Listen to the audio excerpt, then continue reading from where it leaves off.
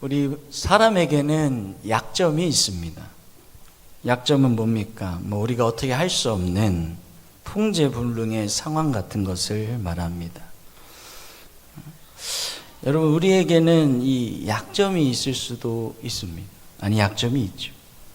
그것이 장애일 수도 있고 어떤 질환일 수도 있고 체력이나 그런 육체적인 한계일 수도 있습니다. 또 저처럼 어떤 옛날의 기억이나 상처, 어떤 결함과 성격 같은 감정적인 한계일 때도 있죠. 혹은 재능이나 지식적인 면의 한계일 수도 있습니다. 여러분, 사실 우리에게는 육체적으로, 마음으로, 그리고 영적으로 부족하고 불완전한 그런 점들이 많이 있죠. 여러분들은 약점이 있을 때 그것들을 어떻게 반응하죠? 보통 사람들은 이 약점을 부인하죠. 방어하고 핑계대고 숨고 도망치기 바쁩니다. 약점을 가진 사실에 대해 그리고 원망하죠. 이러한 태도는 하나님은 그 약점을 사용해야 하는데 이런 태도는 방해가 되는 거예요. 사람들은 흔히 하나님이 사람들의 어떤 나의 강점만을 사용하실 거라고 생각합니다. 그러나 우리 하나님은 그렇지 않으신 거예요.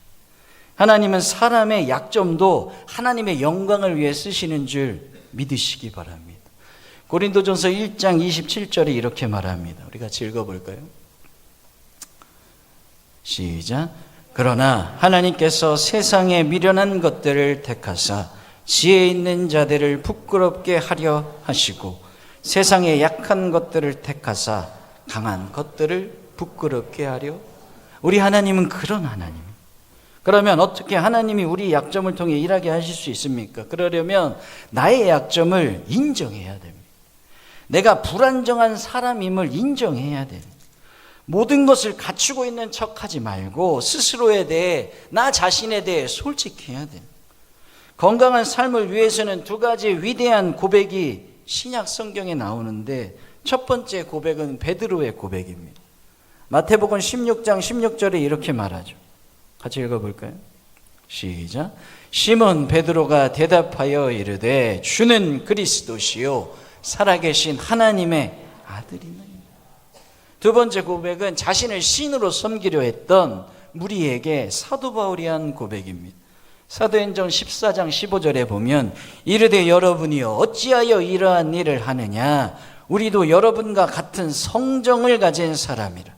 여러분에게 복음을 전하는 것은 이런 헛된 일을 버리고 천지와 바다가 그 가운데 만물을 지으시고 살아계신 하나님께로 돌아오게 하려 함이라 말합니다. 뭐라고 말합니까? 나도 여러분과 같은 성정을 가진 사람이다. 사랑하는 여러분, 만일 우리가 하나님이 사용하시길 원하신다면 하나님이 누구이신지를 알고 우리가 누구인지를 알아야 되는데 우리는 약점이 있는 약한 존재라는 거예요. 근데 오늘 바울이 자신의 약점에 대하여 어떤 태도를 보였냐? 기뻐했다라고 합니다. 바울이 말씀을 고린도서 12장 9절 10절 한번 읽어볼까요? 같이 읽겠습니다. 12장 9절 10절입니다. 시작. 나에게 이르시기를 내 은혜가 내게 족하도다. 이는 내 능력이 약한 데서 온전하여 짐이라 하신지라. 그러므로 도리어 크게 기뻐함으로 나의 여러 약한 것들에 대하여 자랑하리니 이는 그리스도의 능력이 내게 머물게 하려 함이라. 그러므로 내가 그리스도를 위하여 약한 것들과 능욕과 궁핍과 박해와 곤고를 기뻐하노니 이는 내가 약한 그때에 강함이라. 여러분 10절에 고백하잖아요. 내가 기뻐하노니. 바울이 자신의 약점들에 대해 오히려 기뻐해야 할 이유를 몇 가지 이야기하죠. 여러분, 약점은 어떤 역할을 합니까? 우리를 하나님만 의지하게 합니다. 바울이 또한 10절에 이렇게 말했죠. 그러므로 내가 그리스도를 위하여 약한 것과 능욕과 궁핍과 박해와 공고를 기뻐했다. 이는 약한 그때가 강함이기 때문에. 여러분, 우리가 약하다고 느낄 때, 우리의 약점이 드러날 때 비로소 우리는 하나님을 의지하게 되는 거예요. 약점은 우리가 자만해지는 것을 막아줍니다. 바울이 7절에 이렇게 고백해요. 7절 말씀 한 번 더 읽어볼까요? 시작.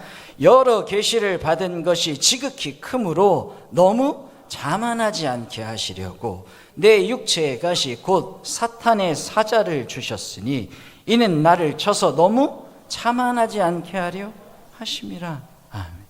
하나님은 때때로 우리의 자아를 어떻게 제어하시기 위해 우리의 강점에 약점을 덧붙이시는 거예요. 약점은 믿는 사람들 사이에 어떤 교제와 서로를 알아가는 데 있어서 아주 중요한 역할을 합니다. 여러분, 강점은 독립적인 태도를 갖게 해요. 이걸 좀 안 좋은 말로 말하면 나는 아무것도 필요 없는 거예요. 나의 강점, 내가 제일 잘하는데 이 강점만을 가지고 산다? 나 누구도 필요 없는 거예요. 그렇게 생각하게 하지만 약점은 어떻습니까? 내가 약하기 때문에 도움을 구하는 거예요. 강점은 경쟁을 불러일으키지만 약점은 합력과 협력을 불러일으키는 거예요. 무엇보다도 약점들은 다른 사람을 이해하는 것과 사역의 포용력을 증가시키는, 약점을 가진 사람만이 다른 사람의 약점을 더 이해하고 배려할 수 있는 겁니다. 우리의 가장 위대한 삶의 메시지, 가장 효과적인 사역은 나의 깊은 상처 가운데에 나올 수 있는 것. 우리가 가장 부끄럽게 생각하는 그것, 가장 죄책감을 느끼는 그것, 다른 사람에게 이야기하고 싶지 않은 것들이 하나님이 다른 사람들을 치유할 때 가장 강하게 쓰는 도구임을 믿으시기 바랍니다. 아브라함은 약점이 있었어요. 아브라함의 약점은 두려움입니다. 2번이나 자신을 보호하려고 아내를 동생이라고 주장했어요. 여러분, 하나님은 그렇지만 아브라함을 모든 믿는 자의 조상이라고 말씀하셨어요. 모세의 약점은 뭡니까? 그 성질입니다. 애굽의 사람을 살해했습니다. 말로 명해야 했던 반석을 지팡이로 2번 쳤어요. 10계명이 써진 판을 그냥 던져버릴 정도로 성격이 있는 사람이에요. 하지만 모세를 하나님 뭐라고 말씀하십니까? 민수기 12장 3절에 이렇게 말해요. 같이 읽어볼까요? 민수기 12장 3절입니다. 시작. 이 사람 모세는 온유함이 지면의 모든 사람보다, 하나님 그렇게 변화시키시는. 기드온은 약점이 있었습니다. 그는 낮은 자존감을 가지고 있었고 뿌리 깊은 불신앙, 불안감이 있었어요. 확인을 하고. 우리도 그런 스타일이죠. 돌다리 계속 두드기를 스타일. 그런 그를 하나님은 뭐라고 부르십니까? 큰 용사라고 부르셨고 그렇게 쓰셨고 바꿔 놓으셨어요. 충동적이고 의지가 약했던 베드로는 예수님께 반석이라는 칭함을 받습니다. 거칠고 격렬해서 우레의 아들, 천둥의 아들이라고 불렀던 요한은 나중에 사랑의 사도가 됩니다. 사랑하는 성도 여러분, 하나님은 약점을 강점으로 바꾸시는 분인 줄 믿으시기 바랍니다. 나의 약점을 솔직하게 나누는 사람들이 있어요. 우린 이런 사람들을 뭐라고 말합니까? 겸손한 사람이라고 합니다. 많은 사람들이 겸손에 대하여 오해합니다. 겸손한 사람이 막 굽신굽신 되는 사람인 줄로 오해하는 거예요. 한국 문화에 왜 그런 거 있잖아요. 한번 빼는구나. 아유, 잘하셨습니다. 아예 아닙니다. 이게 지나치면 그것도 교만인 거예요. 겸손함이란 자신을 비하시키는 것이 아니라 자신의 약점들에 대해 솔직한 사람들입니다. 우리는 그리고 겸손한 사람들에게 끌리게 되어 있습니다. 교만은 사람들을 몰아내지만 겸손은 사람을 끌어모으는 거예요. 그리고 하나님은 겸손한 자들에게 은혜를 베풀어 주시는 분이십니다. 하나님은 사람들의 약점까지도 당신의 영광을 위해 사용하는 거예요. 오늘 본문에 보니까 사도 바울은 약점에 대해서 이야기하는 것이, 약점만 이야기하고 거기서 끝난 게 아닙니다. 그의 인생관인 은혜에 대해 잘 이야기합니다. 약점을 이야기하고 은혜를 얘기합니다. 그는 은혜에 대해 생각합니다. 사랑하는 여러분, 은혜가 뭡니까? 은혜로 은혜되게 하는 이 하나님의 은혜에 대해서 생각하는 거예요. 여러분, 은혜가 은혜되어야 은혜입니다. 이해하시죠? 하나님의 은혜 가운데 살면서도 우리는 은혜를 모르는 거예요. 우리에게 은혜되지 못하게 하고 있는 거예요. 여러분, 그렇기 때문에 은혜로 은혜되게 하는 하나님의 이 전적인 은혜, 은혜를 은혜로 받아들이게 하는 그런 은혜가 필요합니다. 여러분, 은혜 자체도 중요하지만 그 은혜를 은혜로 받아들여야 하는 은혜가 있어야 합니다. 옆에 분들이랑 한번 해볼까요? 은혜를 은혜로 받아들이는 은혜를 받읍시다. 시작. 오, 바로 하시네. 역시. 여러분, 이게 무슨 말입니까? 아무리 큰 사랑이 있더라도 내가 사랑을 받아들여야 그게 사랑이 되는 거예요. 은혜를 은혜로 받아들이는 그 은혜 또한 은혜를 은혜로 하는 은혜. 오늘 본문의 바울은 그래서 기뻐했던 거예요. 오늘 크게 기뻐했다 이거 아주 귀한 말씀입니다. 이 한 말씀에 집중하시기를 축원합니다. 바울은 바울에게 일어난 일들을 은혜로 아는 순간 그는 크게 기뻐했어요. 그리고 그 기쁨으로 충만하게 살았습니다. 사도 바울의 위대한 점이 바로 그것에 있는 거예요. 여러분, 하나님의 은혜 그리고 내가 생각하는 은혜, 이게 다를 때가 많아요. 내 은혜가 뭡니까? 내가 생각하는 은혜가 다 인간적일 때가 많이 있어요. 병들은 것은 은혜가 아니고 병들었다가도 나아야 은혜가 된다고 생각하는 거예요. 실패한 걸 은혜라고 생각하는 사람은 없습니다. 실패했다가도 성공해야 은혜 받았다라고 말하죠. 사랑하는 성도 여러분, 우리의 은혜라는 것은 대체로 이렇게 현재적이고 육체적이며 물질적이고 자기중심적이고 자기 아집에 속할 때가 많이 있습니다. 이런 것 인간의 욕망을 기초로 하고 있습니다. 주로 은혜를 막 이렇게 생각하죠. 은혜가 더 막 화끈하게 왔으면 좋겠다, 이렇게 생각하는 거예요. 그런데 그건 하나님이 말씀하시는 은혜가 아닌 거예요. 사랑하는 여러분, 하나님이 말씀하시는 은혜는 영원한 겁니다. 그리고 철저하게 미래지향적이며 철저하게 죽음 이후를 향하고 있고 신령한 것이, 그래서 온전하며 형통하게 하는 것이고 좀 더 나아가서는 내 자신을 하나님의 사람 되게 하는 강한 온전한 그리스도의 인격에 도달하게 하는 그런 겁니다. 이것이 하나님이 말씀하시고 하나님께서 주시기 원하는 은혜입니다. 우리의 문제는 여기에 있어요. 하나님이 말씀하신 은혜를 내 은혜로 받아들여야 하는데, 그래서 오늘도 하나님의 말씀 가운데 오늘 성경 말씀에 내게 있는 내 은혜, 주님의 말씀이 내게 은혜로 다가오고 그것을 내가 은혜로 받아야 되는데 이게 확인을 해야 되는데 이게 확인이 안 되는 거예요. 거기에 문제가 있는 거예요. 여러분, 바울 입장에서 보면 바울은 약점이 별로 없는 사람입니다. 연약한 사람이 아니죠. 그래서 그가 생각하는 은혜라는 것은 잘 살고 뭔가 오래 건강하고 복받고 출세하는 그런 은혜가 아니었어요. 바울은 그런 이야기 하지 않습니다. 바울의 입장에서 바울이 생각하는 은혜는 적어도 복음의 길을 열어주시고 복음의 문을 열어주시고 선교의 문을 열어주시는 은혜를 구하는, 문이 활짝 열려서 막 어딜 가나 환영받으면서 좀 더 크게 역사하는 그 하나님의 은혜, 좀 더 많은 사람들에게 복음을 전해서 불같이 교회가 일어나고 온 세계 열방이 복음화되는 그런 모습을 보았으면 하는 그런 은혜가 있었어요. 그러기 위해서 바울은 열심히 할 일을 마다하지 않고 열심히 삽니다. 그가 생각하는 은혜는 또 지극히 본능적이고 선교적인 것이죠. 구체적인 하나님의 하나의 은혜가 있었는데 그 은혜로 복음을 전하기 위해 그가 구했던 것, 그것이 바로 건강입니다. 주님, 건강을 좀 주세요. 하나님, 다른 것 없어도 내가 건강은 있어야 되지 않겠습니까? 육신이 건강해야 내가 여기저기 어느 곳에 가도 복음을 전할 수 있다고 생각하고 구합니다. 명예도 구한 것이 아닙니다. 지식도 아닙니다. 부귀도 영화도 구하지 않았습니다. 단 하나, 하나님의 일을 하기 위해 필요하니까 최소한 나에게 건강을 달라고 오늘 바울이 구하는 거예요. 건강을 주세요. 오늘 성경에 보니까 한두 번도 아니고 3번이나 기도합니다. 뭐 특별히 시간을 정해서 기도한 것 같습니다. 금식을 했는지 뭐 철야를 했는지 뭐 그건 모르겠지만 바울이 고백하죠. 3번 특별히 한 가지 기도 제목을 위해 그렇게 기도했어요. 그 육신의 연약함을 육체의 가시와 사탄의 사자로 표현하면서 오늘 본문에 이제는 육체의 가시, 이 사탄의 사자, 이것을 해결해 달라고 기도합니다. 떠나게 해달라고.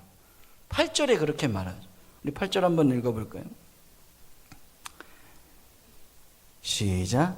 이것이 내게서 떠나가게 하기 위하여 내가 3번 주께 3번 구해요.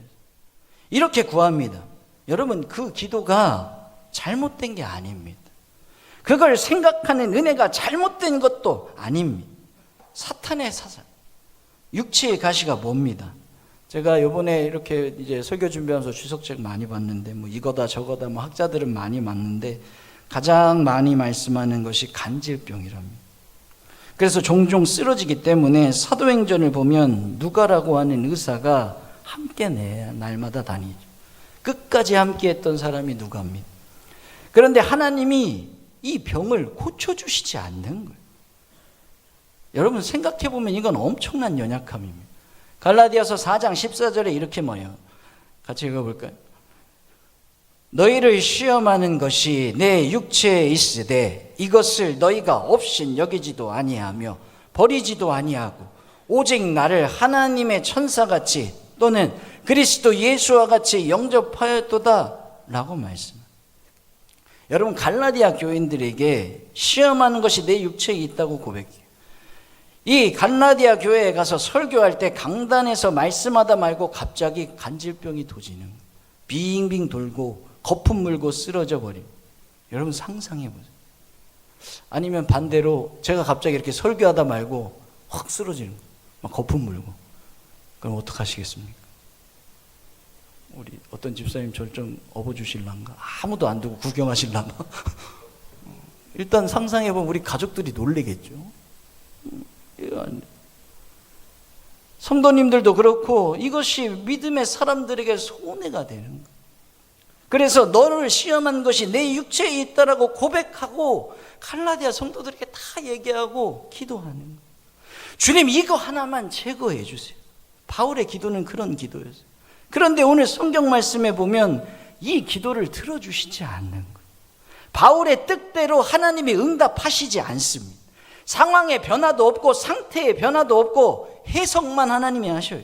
상황에 대한 해석 말씀만 있는 거예요. 내 은혜가 내게 족하다. 하나님 말씀하셔요. 내 은혜다. 그건 내 은혜다. 네가 지금 고민하고 있지만 그게 내 은혜다. 바로 하나님의 은혜라고 하나님 표현하고 계신 거예요. 이대로가 네가 가진 불편한 몸 이대로가 내 은혜다. 나 하나님의 은혜고 내가 너에게 준 것이다라고 해석만 하신 거예요. 왜 그렇습니까? 나는 큰 것 원하지 않는다. 너에게서 진실한 것을 원한다. 위대하고 큰 역사를 바라지도 않는다. 나는 네가 겸손하기를 원한다. 자기를 자랑하는 그런 사람, 그런 은혜가 다 없어지는 그런 헛된 사람이 아니라 너는 오직 나만 사랑하는, 나만 자랑하는 그런 사람으로 살아가고 그런 사람으로 남기를 원한다. 내 은혜다. 너를 겸손하게 만들고 너를 은혜로 은혜되게 하고 너를 그리스도 안에서 강하게 만드는 것이 바로 그것이다. 그렇기 때문에 내 은혜다. 오늘 하나님 말씀하셔. 성경의 말씀을 보면 3번 기도했다고 합니다. 여러분 3번이라는 말이 중요하죠. 랍비들의 경험에 의하면 자식들이 아버지에게 요청할 때 소원을 말할 때 뭐 이거 주세요 저거 주세요 하겠죠. 한 번 얘기하고 거절하고 2번 얘기하고 거절하고 3번 얘기하고 거절하면 더 구하지 않았답니다. 왜 그렇습니까? 그 거절 속에 아버지의 뜻이 있는, 너는 이건 가져서는 안 된다. 이제는 아버지의 뜻을 받아들여야 되는 겁니다. 그대로 받아들여. 이것이 히브리 사람들의 신앙이었죠. 여러분 우리의 기도가 응답이 없으면 어떻게 해야 됩니까? 계속 기도하셔서 응답을 들으셔야 합니다. 근데 응답이 없다고 그냥 하다 마시는 거예요. 안 되면 안 되는 줄 알라. 무응답이라도 응답을 받으셔야 되는 거예요. 사랑하는 여러분, 하나님은 기도를 3가지로 응답하셔. 다들 아시죠? 하나는 그래, 예스입니다. 2번째, 스테이, 기다려옵니다. 그리고 안 돼입니다. 네 생각을 바꾸고 발상을 바꾸고 뜻을 바꾸고 너를 바꾸라. 여러분 이 3번째 응답은 어떻게 생각하죠? 오늘 사도 바울은 본문에서 이 3번째 응답을 주신 하나님 앞에서 주님의 은혜를 내 은혜도 받아들이는 거예요. 주님의 은혜가 내 은혜가 되는 겁니다. 히브리서 12장 8절에 이렇게 시작하죠. 징계는 다 받는 것이거늘 너희에게 없으면 사생자요 친아들이 아니니라. 쭉 나와요. 징계가 없다, 이건 사생자입니다. 참 아들이 아니라 징계가 당시에는 보기에는 즐거워 보이지 않으나 그러나 징계는 사랑입니다. 성경은 그렇게 말해요. 여러분 징계 받으면서 기뻐해 보셨습니까? 이게 참 어렵습니다. 저는 어릴 때 아버지한테 많이 맞았을까요? 안 맞았을까요? 많이 맞았죠. 예, 많이 맞았습니다. 참 많이 맞았던 것 같아요.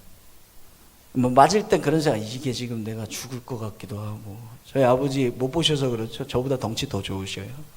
한 100kg 정도 나가셔요. 저번에도 말씀드렸죠. 이렇게 소파에 앉으시면 이렇게 리모컨이 절대 떨어지지 않습니다. 배 위에서. 그리고 때리실 때 화끈하게 때리셔요. 또 뼈 안 다치게 하려고 그 옛날에 PVC 파란 호수 있죠. 최고입니다. 탁 때리는 순간 참 감겨요. 뼈는 다친 적이 없습니다. 제가 많이 맞았어. 그러나 지금 생각하는 것은 그것이 나를 향한 사랑이셨다. 그 당시에 어릴 때는 아프기만 했습니다. 화도 났어요. 그러나 철이 나고 보니까 아닌 거예요. 당시에 가끔 어머니가 말씀하셨어요. 저를 위로해 주시면서, 세호가 너희 아버지가 너 때리고 얼마나 괴로웠는지 아냐.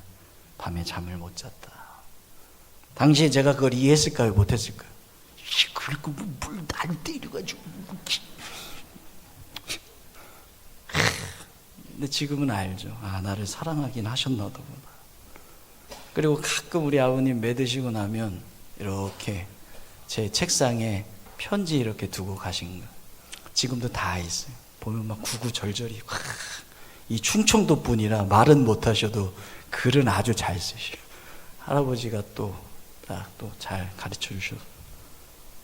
여러분은 철이 좀 느니까 그게 그렇게 감사한 거예요. 하나님의 은혜, 그 은혜가 이제 내 은혜가 되는 것, 이것이 믿음인 줄 믿으시기 바랍니다. 사랑하는 성도 여러분, 아직도 내가 생각하는 내 은혜에 집착하고 계십니까?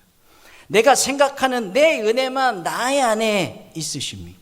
내 뜻, 내 소원 꼭 거기에 매어 살아가셔야 되겠습니까? 지금은 잘 이해가 되지 않고 때로는 잘 납득이 되지 않아도 그의 은혜, 하나님을 인정하시길 주의 이름으로 축원합니다. 그래야 하나님의 은혜가 받아들여지는 거예요. 그의 은혜를 우리가 받아들여야 되는 거예요. 하나님의 은혜를 믿고 수락하고 받아들이고 나아가서는 그 하나님의 은혜를 충만하게 알게 될 때 바울처럼 모든 일을 기뻐할 수 있는, 크게 기뻐함으로 그리스도께서 내 안에 머물게 하려고, 그리스도 안에서 자랑하게 하려고, 그 은혜 안에 겸손하게 하시려고, 그리스도 안에서 강하게 되는 자신을 발견하게 되시는 줄 믿으시기 바랍니다. 내게 있는 내 은혜가 족하다. 그렇다면 주님이 주신 은혜가 바로 내 은혜가 되는 거죠. 내가 만족하는, 그것이 믿음입니다. 사랑하는 우리 순천 세강교회 성도 여러분, 우리에게 다가오는 모든 일들이 하나님의 은혜임을 믿고 나아가는, 바울처럼 육체의 가시나 사탄의 사자 같은 것이 있다고 할지라도 그것을 은혜로 깨닫고 믿음으로 받고 기쁨으로 살아가는 하나님의 은혜의 사람들이 다 되시기를 주님의 이름으로 기도드립니다. 기도하겠습니다. 아버지 하나님,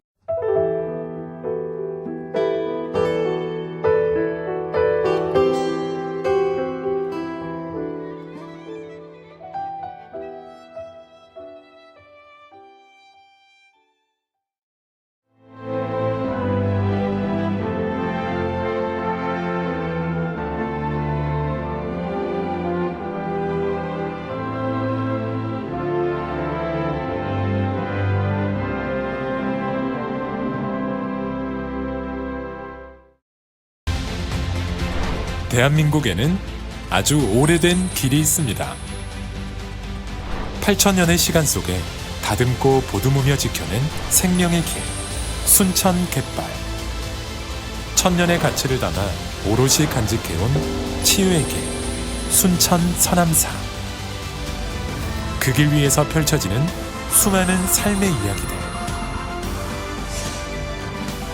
세계 속에서 빛나는 그 귀한 가치를 더 나은 내일로 이어가는 시간. 2025 순천 세계유산 축전.